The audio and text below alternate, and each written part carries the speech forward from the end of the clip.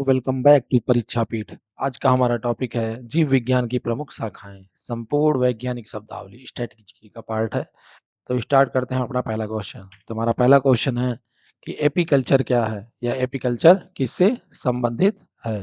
तो एपीकल्चर मधुमक्खी पालन से संबंधित है। इसमें शहद और मोम के उत्पादन के लिए मधुमक्खियों का वैज्ञानिक पालन कहलाता है। ठीक है, यह कृषि का एक महत्वपूर्ण शाखा है। ठीक है, इसका उद्देश्य परागण और शहद उत्पादन करना है। ये हमारा चित्र है, देखिए। तो एपीकल्चर किससे संबंधित है? मधुमक्खी पालन से संबंधित है। मधुमक्खियों का वैज्ञानिक नाम क्या होता है? तो मधुमक्खियों का वैज्ञानिक नाम एपिस इंडिका होता है। ठीक है, और मधुमक्खी पालन को एपीकल्चर कहते हैं। चलो अगला क्वेश्चन। सेरीकल्चर क्या है? तो सेरीकल्चर किससे संबंधित है? रेशम कीट पालन से संबंधित है। कच्चे रेशम के उत्पादन के लिए रेशम के कीड़ों को पाला जाता है। रेशम कीट मुख्य रूप से शहतूत के पत्तों पर पाले जाते हैं। भारत रेशम उत्पाद में दुनिया में सबसे अग्रणी देश है। ठीक है, तो एपीकल्चर किससे संबंधित होता है? एपीकल्चर हमारा मधुमक्खी पालन से संबंधित होता है और सेरीकल्चर हमारा रेशम कीट से संबंधित होता है। ठीक है, अगला क्वेश्चन। पिसीकल्चर क्या है? तो पिसीकल्चर मत्स्य पालन से संबंधित होता है। मछलियों का कृत्रिम रूप से प्रजनन और पालन पोषण ही पिसीकल्चर कहलाता है। इसे ब्लू रिवोल्यूशन यानी नीली क्रांति से जोड़ा जाता है। व्यापारिक स्तर पर मछली उत्पादन का अध्ययन कहलाता है। ठीक है, तो पिसीकल्चर मत्स्य पालन को कहते हैं। ठीक है, अगला क्वेश्चन। माइकोलॉजी क्या है? तो माइकोलॉजी किसका अध्ययन होता है? कवकों का अध्ययन ही माइकोलॉजी कहलाता है। कवक यानी फंगी और फफूंद से संबंधित वैज्ञानिक अध्ययन होता है। इसमें मशरूम और अन्य कवकों की बनावट का अध्ययन होता है। कवक जीवमंडल में अपघटक की भूमिका निभाते हैं। अगला क्वेश्चन। फाइकोलॉजी क्या है? तो फाइकोलॉजी क्या होता है? शैवालों का अध्ययन ही फाइकोलॉजी कहलाता है। शैवालों का वैज्ञानिक अध्ययन ही फाइकोलॉजी कहलाता है। शैवाल प्रकाश संश्लेषण के माध्यम से ऑक्सीजन पैदा करते हैं। इन्हें पानी की प्राथमिक उत्पादक कहा जाता है। ठीक है, अगला क्वेश्चन। एंथोलॉजी कहा क्या है? तो एंथोलॉजी जो होता है वो पुष्पों का अध्ययन कहलाता है। ठीक है, इसमें फूलों की संरचना और उनके विकास का अध्ययन किया जाता है।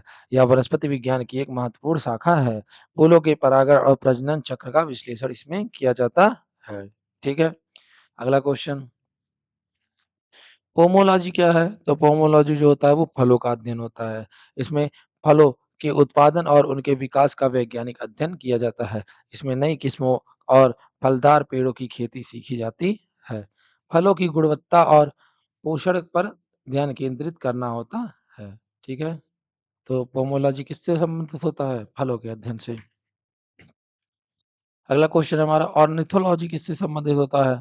तो ऑर्निथोलॉजी जो है पक्षियों के अध्ययन से संबंधित होता है। इसमें पक्षियों के व्यवहार, प्रवास और आवास का अध्ययन किया जाता है। ठीक है, डॉक्टर सलीम अली भारत के प्रसिद्ध बर्डमैन कहलाते हैं। तो डॉक्टर सलीम अली जो है वो भारत के प्रसिद्ध बर्डमैन कहते हैं, बर्डमैन। ठीक है, तो पक्षियों की विलुप्त होती प्रजातियों का संरक्षण भी इसमें सीखा जाता है। अगला क्वेश्चन। सोरोलॉजी क्या होता है? तो सोरोलॉजी किसे कहते हैं? छिपकलियों के अध्ययन को सोरोलॉजी कहते हैं। छिपकलियों की विभिन्न प्रजातियों का अध्ययन ही सोरोलॉजी कहलाता है। यह सरीसृप विज्ञान की एक उपशाखा है। ठीक है, उनके शारीरिक विकास और सुरक्षात्मक व्यवहार का विश्लेषण इसमें किया जाता है। अगला क्वेश्चन।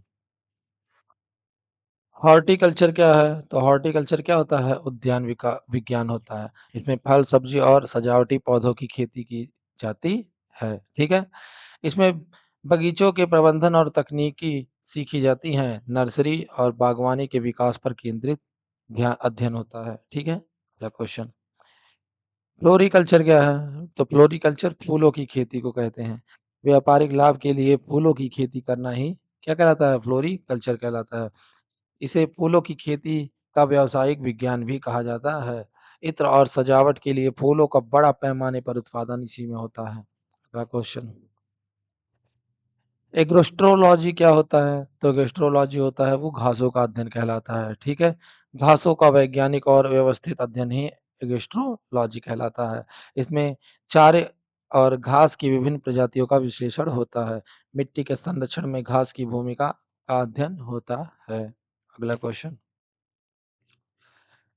तो हाइड्रोपोनिक्स क्या होता है? मृदा रहित कृषि होती है, जिसमें पानी में पोषक तत्वों को डालकर बिना मिट्टी के पौधे उगाया जाता है। ठीक है? आप यहाँ पे चित्र देख सकते हो। यह आधुनिक खेती की एक जल आधारित तकनीक है। कम जगह और बिना मिट्टी की खेती करने का विज्ञान है। क्या है? हाइड्रोपोनिक्स। ठीक है? अगला क्वेश्चन। तो हमारे इतने ही महत्वपूर्ण थे। ठीक है? अगर आपको ये वीडियो पसंद आया हो तो वीडियो को लाइक करिएगा और चैनल को सब्सक्राइब करिएगा। ठीक है? और हमसे जुड़ने के लिए चैनल को सब्सक्राइब कर लीजिएगा। ठीक है? चलते हैं। टाटा, बाय-बाय।